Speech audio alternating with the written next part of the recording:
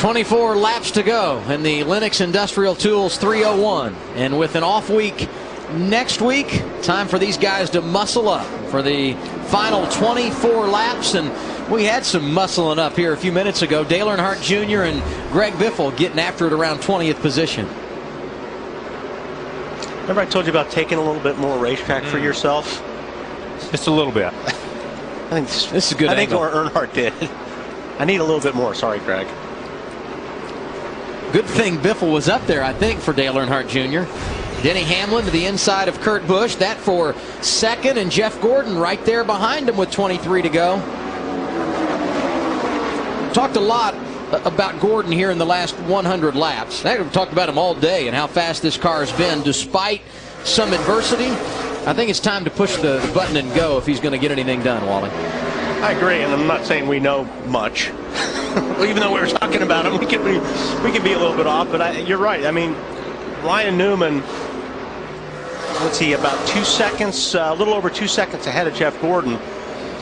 So Jeff's going to have to go. He's going to take longer to pass these cars like the 22 in front of him. But I agree, if he's going to run him down and go for it, he better do it. Hey guys, aside from absolutely wearing this calculator out on fuel mileage, especially for our top three drivers, Ryan Newman, Denny Hamlin, Kurt Busch, the other thing I've been looking at, if you look at the last 5 June, July New Hampshire Motor Speedway races here, the trends, excluding our 2 rain-shortened races, the trends show that we normally have a final caution somewhere around 15 to 20 laps to go. So I've got to believe that's also weighing on a lot of these drivers, but more than anything, these crew chiefs' minds right now. And that could very well be, but we've had a lot more cautions in this race, or it seems like. In the past, we've had 100-lap runs, 200-lap green flag runs. All of a sudden in this race, it seems like just when someone needed a caution, whether it was 60 laps or 70 laps, you ended up with a caution. Jamie McMurray running 7th in the late stages, Chris. Yeah, you talk about those problems they had earlier, a lap down because of a loose lug nut. Well, strategy has gotten them back in this race. The problem is they're 7 laps short on fuel, and Jamie McMurray doesn't even know it because they've been having radio problems. The team has been trying to reach him, but he's not responding. They've asked him to hang his hand out the window going down the front straightaway, but he doesn't do that. So they realize Jamie has no idea that they are short on fuel, so the team right now making a sign. They better make a bigger sign than that, because he ain't going to see that sign. No, and one reason he's not going to see it is he doesn't know to look for it. Yeah. He doesn't know to look for the sign. You know, in the days when they use pit boards and they use signals, at least you could tell the driver knew to look every couple of laps to see what the pit board was. But these guys can make all the signs they want to, and I'm not sure he's going to see it because he's not used to coming off turn 4 and looking over towards pit road. And that'd be a tough break for a driver who played strategy early and then lost a lap, got it back and running in the top 10. And speaking of the top 10, Tony Stewart spent most of the day there, and here he goes around Jeff Gordon. And I'm going to tell you, that's a big pass because he started working Jeff on the outside and passed him, got position on him on the outside coming out of turn 2 and took that position away from Jeff. Yeah, Stewart got right on the back of 24 about 7, 8, 9 laps ago and kind of faded a little bit. So I'm not sure if he was just all of a sudden just chilling out on his tires or what, but boy, he's gone now. He is making that outside groove work right now, and we've not seen anybody make that work like that. Everybody's passed to the inside, it seems like. All of a sudden, Tony has moved up the racetrack just about a half a lane, and when those guys go to the bottom to protect the bottom, because that's what everybody's been doing all day, he just drives around them on the outside. That's 2 impressive passes of 2 really strong cars. We talked about pushing the button to make it go. Tony Stewart is, and Gordon out of the inside of Kurt Busch. That for 4th. And there you see the guys holding up the sign. But, you know, he can hold that sign up again. I mean, he's 150, or he's 50 yards from where the one car is running on the racetrack, and the one car doesn't know to look that way. He just doesn't know. But even if you need to be staring, you're going fast. You're looking at all these colors. You're trying to focus in on one little sign. Even if he knew to look, it's hard. But you're right. If he happened to see that, you know, there was something waving in the pits, he could probably figure out it's something to do with gas. If he sees that, I just want to hear the whole story. I want to hear the whole story on how he saw it without any type of radio communication from somebody to say, hey, we can't talk to you, take a look at the pits. Jimmy Johnson up to 8th, and that's Casey Kane. Actually, it's Casey Kane in 9th. in 8th, Jimmy in 9th as they race for position inside the top 10. And now time to answer today's KFC trivia question. Who holds the record for most and fewest laps led by a New Hampshire winner? And of course, they're in separate races. Oh, separate races. Yeah. Oh. Same guy led the most and least laps in 2 separate races, and that would be Jeff Burton. Yeah, 2000. He led 300 laps, all of them, and that was 1 year earlier race. Led only 2 laps in going to victory. You couldn't pass anybody that was year. One of the nicest NASCAR races of all time. I think I followed the same guy for 200 Everybody laps. did. Jimmy Johnson did get around Casey Kane, so he is 8th now. It's 13 laps to go. And Tony is coming. Tony's coming on the 11 car. Tony is about, watching this, Tony's been about 2 to 2.5 tenths faster than the 11 or the 39. The 39's catching traffic. Ryan's catching a little traffic, and that's it. But he has run down the 11 car. And how about this?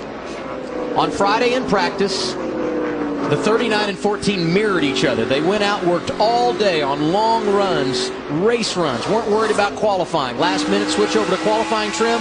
They share the front row. Good yesterday in practice, ran a ton of laps, and after starting 1-2 in the day's race, here they are at the end, 1st and 3rd. Impressive afternoon for Stewart-Haas. Impressive afternoon for that organization, no matter where they end up at this point in time. You know, talking to Clint Boyer yesterday, he said, when you unload and you're close, you have a great weekend. If you're off, you have a bad weekend. He talked about how bad his Kansas was because they were never there. These 2 guys unloaded, and they were right on the money for long runs right off the bat. And you can't say enough about what a victory would do for either one of these drivers, because remember, they're both on the chase bubble. Regardless of what the standings read right now, they need to do something positive, and a win could go a long way to ensuring when the chase begins in September that they are a part of the mix. Newman's lead over 2nd place Denny Hamlin, 1.5 seconds. And in the last couple of laps, Tony Stewart has cut 0.2 of a second off of his deficit to 2nd place Denny Hamlin. That's a great rebound for those 11 guys. That first part of the race, the 11 guys were really not that good. It seems like they got turned around. They got in the pits and made some great adjustments, got some track position, and they've stayed there. Well, what about Jimmy Johnson? I mean, yeah, he didn't have any track position. Got in the top 10. The spin was running outside the top 25, and here he is with less than 10 to go in the 7th spot. The runner-up position on the line, and it doesn't last long. Tony Stewart to the inside of Denny Hamlin, and he's going to make it stick as he comes off the corner.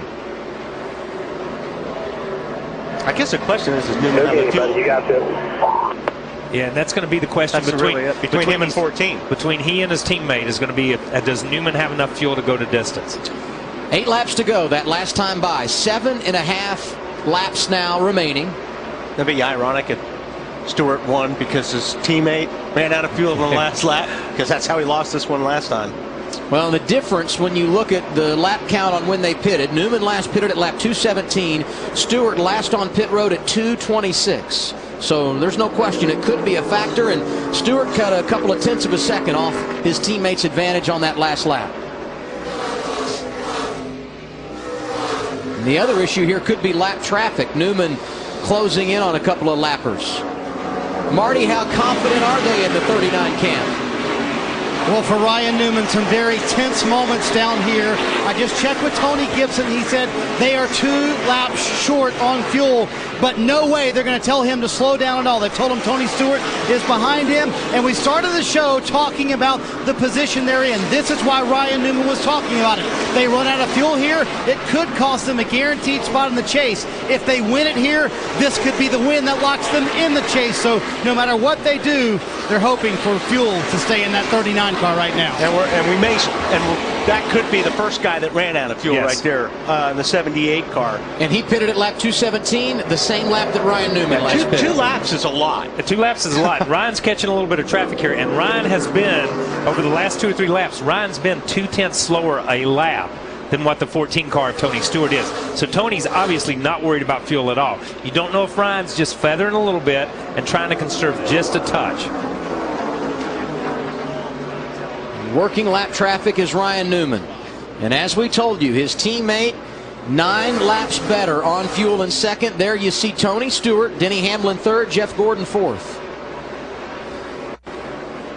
I'm just watching out the window the Bass Pro guys. They're trying. All of them on the wall are trying to tell McMurray to slow down. McMurray in the 9th position, but he too last pitted at lap 217. No radio communication. The team trying to tell him he's short on fuel the old-fashioned way. They got a sign out. And I'm telling you. No, I think they gave up on the sign. I think they're just trying to tell him physically. Yeah, just slow down. 3 laps to go. This time by for Ryan Newman. And McMurray now out of gas.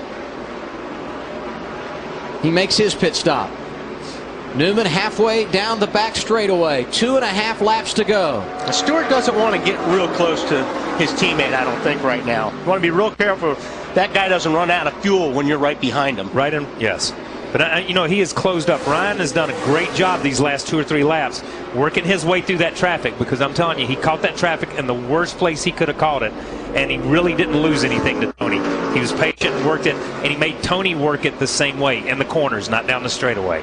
Last win for Ryan Newman on the flat mile in Phoenix. It came last April, and it was an emotional win for him, helping Tony Stewart to victory lane at Stewart-Haas. The 42 of Juan Pablo Montoya out of gas as the white flag goes in the air. Ryan Newman going to try and hold it together for one more circuit.